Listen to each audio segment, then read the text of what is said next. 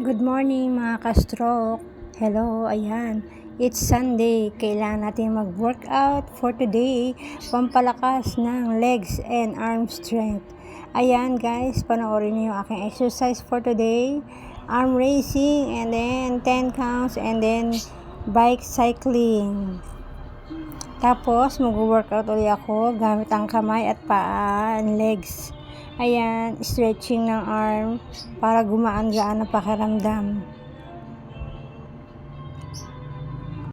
9 months na ang aking pagiging stroke survivor pero hindi pa rin ako masyadong okay.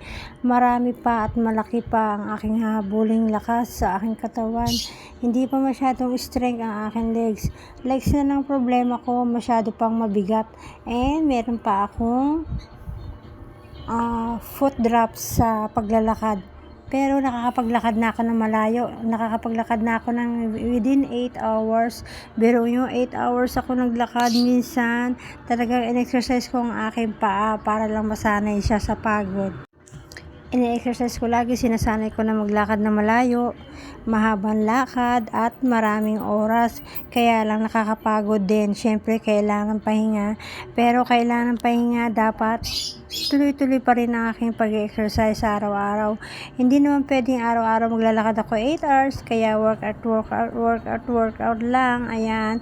May sayaw-sayaw ng konti habang nag-exercise sa aking bicycle.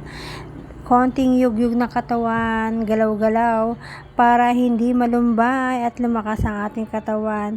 Maraming salamat sa lagi nanonood na aking video. Thank you for watching and supporting my content. God bless you all. Happy Sunday. Ang dami kong pawis. Thank you for watching.